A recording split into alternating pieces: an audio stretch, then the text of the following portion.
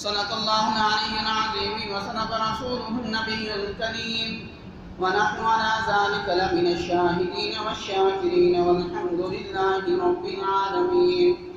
دروشی پڑھ لیں. اللهم صل على محمد وعلى آل محمد كما صليت على إبراهيم وعلى آل إبراهيم إنك حميد مجيد. اللهم بارك على محمد وعلى آل محمد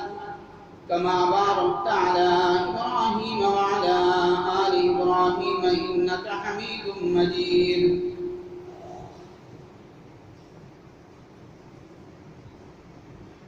انسان زندگی کے اندر جو بھی اعمال کرتا ہے تو انسان کے ان اعمال کے اندر اخلاص کی بہت بڑی اہمیت ہے. ایک اخلاص کی بہت اہمیت ہے اور دوسری جس پر اللہ رب العزت کی رحمت جس پر متوجہ ہو جائے وہ انسان بھی دنیا اور آخرت کے اندر کامیاب ہو جاتا ہے.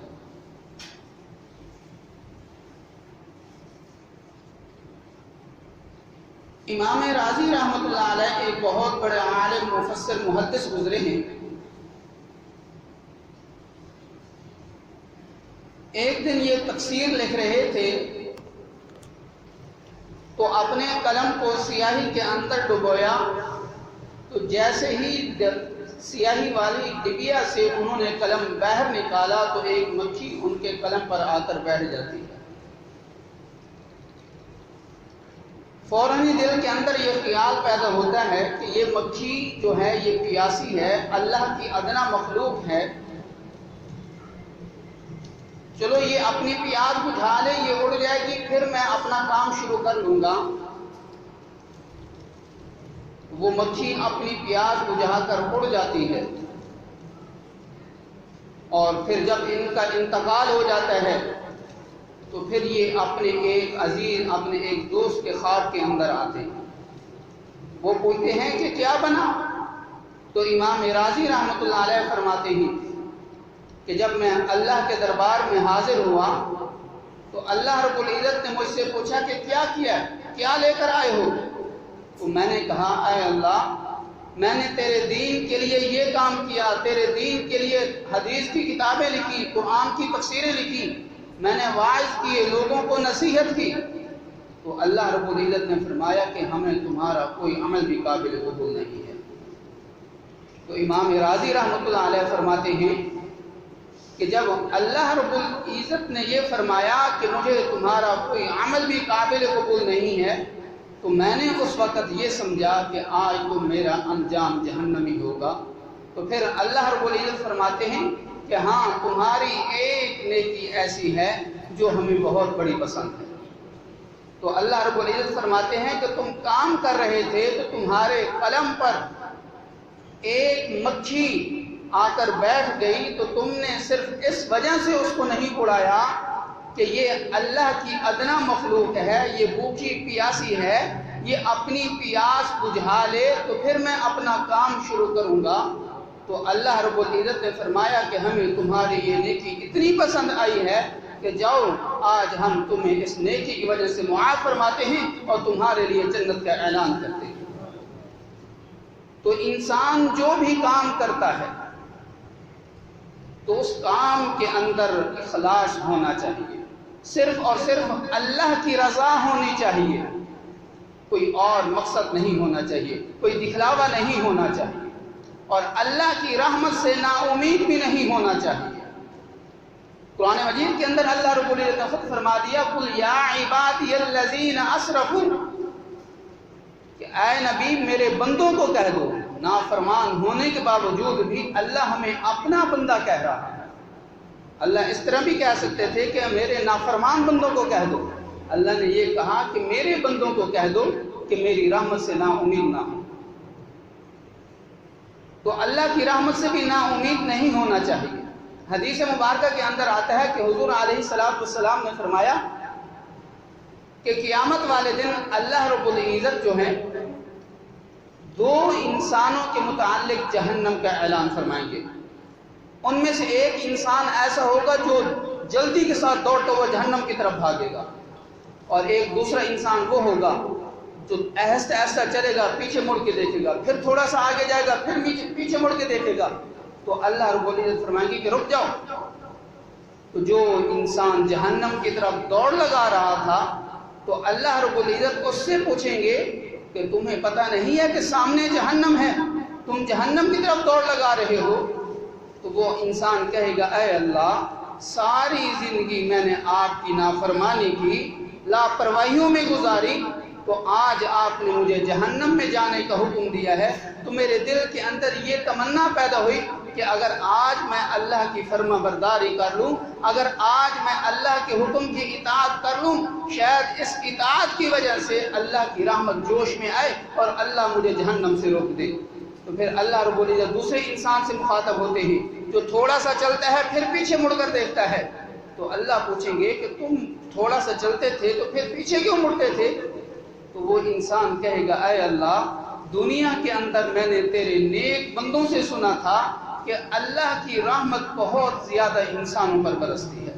اللہ 70 ماؤں سے زیادہ پیار کرتے ہیں اپنے بندوں پر، تو میں یہ بار بار دیکھ رہا تھا کہ شاید اللہ کی آواز آئے، اللہ کی رحمت جوش میں آئے اور اللہ مجھے جہنم میں جانے سے روک لے۔ تو اللہ رب العزت فرمائیں گے کہ تم دونوں کا یہ کام مجھے بہت پسند آیا، جاؤ میں تمہارے لیے بھی جنت کا اعلان کرتا ہوں۔ تو اللہ کی رحمت سے کبھی بھی نا امید نہیں ہونا چاہیے، اور انسان جو بھی نیک اعمال کرے اپنی نیکی پر تکبر اور غرور بھی نہیں ہونا چاہیے۔ ایک تو انسان نافرمانی کرتا ہے، ایک انسان اللہ کی فرما برداری کرتا ہے۔ جو انسان اللہ کی فرما برداری کرتا ہے تو جو اللہ کے نافرمان بندے ہیں ان کو تکبر کی نگاہ سے، ان کو نفرت کی نگاہ سے نہیں دیکھنا چاہیے۔ میں تو اللہ کی اتنی فرما برداری کرتا ہوں، میں اتنی فرما برداری کرتا ہوں، مجھے تو جنت ملے گی، تو اپنی نیکی پر تکبر نہیں کرنا چاہیے، کہیں ایسا نہ ہو اس کے وہی نیک اعمال ہی اس کے لیے جہنم کا وبال بن جائے۔ اور جیسے میں نے پہلے کہا کہ ہمیں ہمارے ہر نیک کام کے اندر اخلاص ہر حال میں ہونا چاہیے، چاہے وہ کام چھوٹا ہے چاہے وہ کام بڑا ہے، اگر ہمارے اس کام کے اندر اخلاص ہے تو وہی اخلاص ہی ہمارے لیے آخرت کے اندر چھٹکارا بنے گا۔ حدیث مبارکہ کے اندر آتا ہے کہ قیامت والے دن ایک انسان ایسا ہوگا، اللہ رب العزت اس کو فرمائیں گے کہ ایک نیکی لے کر آؤ، ہم تمہارے لیے جہنم کا چھٹکارا دے دیں گے۔ تو وہ انسان اپنے ماں باپ کے پاس جائے گا، ماں باپ بھی کہیں گے کہ اگر ہم نے تجھے ایک نیکی دے دی تو وہی نیکی اگر ہمارے نامہ اعمال میں کم پڑ گئی تو پھر ہمارا کیا انجام ہوگا؟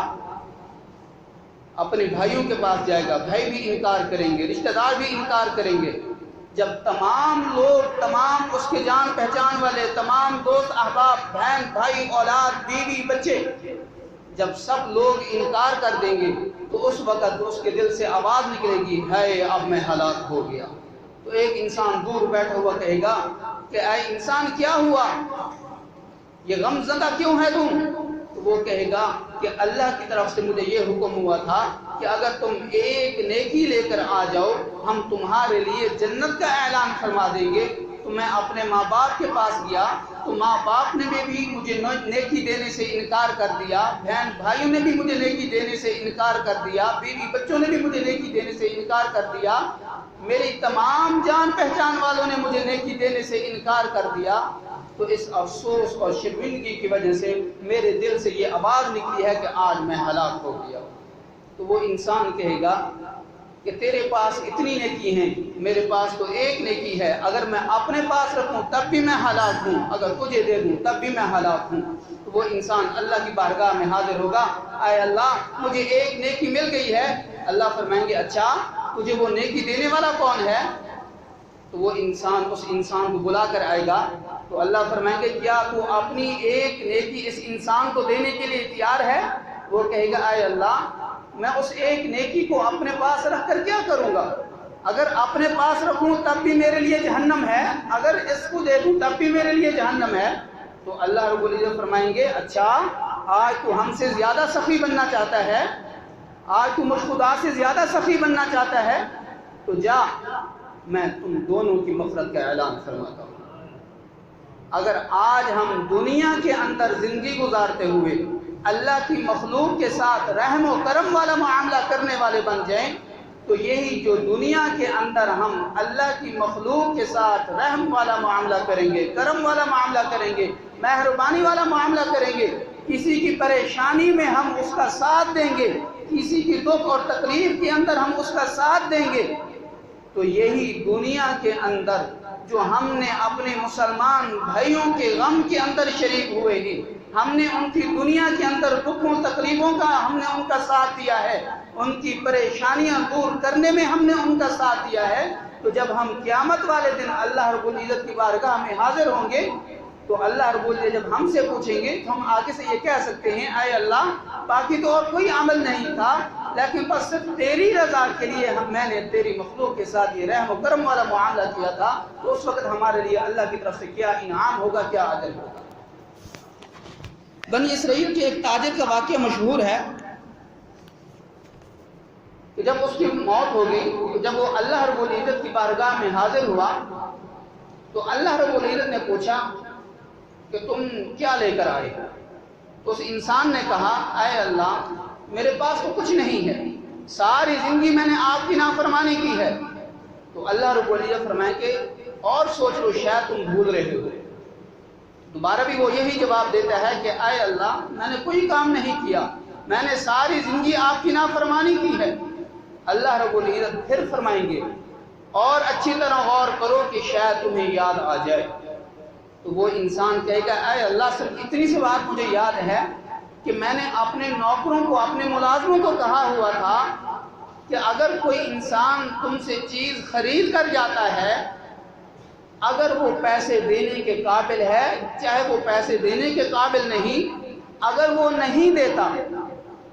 تو اس سے پیسوں کا مطالبہ نہیں کرنا، اگر وہ پیسے دینے کے قابل نہیں ہے تب بھی وہ نہیں دیتا، تب بھی اس سے پیسوں کا مطالبہ نہیں کرنا، تو وہ کہے گا، اے اللہ، صرف یہی بات ہے۔ تو اللہ رب العزت فرمائیں گے، اچھا، تو نے میری مخلوق کے ساتھ رحم و کرم والا معاملہ کیا تھا، تو جب آج میں تمہارے لیے جنت کا اعلان فرماتا ہوں۔ اور جو انسان دنیا کے اندر اللہ کی نافرمانی کرتے ہیں، حدیث مبارکہ کے اندر آتا ہے قیامت والے دن اللہ رب العزت ان کے گناہوں والے نامہ اعمال جو ہوں گے ان کے ہاتھوں کے اندر تھمائیں گے، اور اللہ رب العزت فرمائیں گے کہ جو تم نے گناہ کیے ہیں، جو اس کے اندر لکھے ہوئے ہیں، وہ پڑھ کر ہمیں سناؤ۔ وہ انسان جو ہے جب اپنے گناہ دیکھے گا، جو بڑے بڑے گناہ ہوں گے وہ چھپا دے گا، جو چھوٹے چھوٹے گناہ ہوں گے وہ پڑھنا شروع کر دے گا۔ کچھ دیر کے بعد اللہ رب العزت فرمائیں گے، بس یہی گناہ ہے؟ وہ کہے گا، ہاں اللہ، یہی گناہ ہے۔ اللہ رب العزت فرمائیں گے، جو گناہ تم نے ابھی پڑھے ہیں میں نے یہ تمام گناہ تمہارے معاف فرما دیے ہیں۔ وہ انسان فوراً کہے گا، اے اللہ، یہ تو گناہ کچھ بھی نہیں ہے، اس سے تو بڑے بڑے اور گناہ میں نے کیے ہیں جو میں نے چھپائے ہیں۔ وہ پڑھنا شروع کر دے گا۔ اللہ رب العزت فرمائیں گے کہ جا، تو نے جو بھی گناہ کیے ہیں میں وہ تمام گناہ تیرے معاف فرما دیتا ہوں، اور آج میں تیرے لیے جنت کا اعلان کرتا ہوں۔ تو انسان جو بھی گناہ کرتا ہے، انسان اپنے گناہ کے بلبوتے پر یہ نہ کہے کہ میرے لیے دنیا میں بھی ناکامی ہے اور آخرت کے اندر بھی ناکامی ہے، بلکہ انسان اگر گناہ کرتا ہے، گناہ کرنے کے بعد جب وہ توبہ کرتا ہے، اللہ کو وہ زیادہ پسند ہوتا ہے۔ حدیث مبارکہ کے اندر حضور علیہ السلام نے فرمایا کہ اگر تم سب لوگ اللہ کی فرما برداری کرو، کوئی بھی نافرمانی نہ کرو،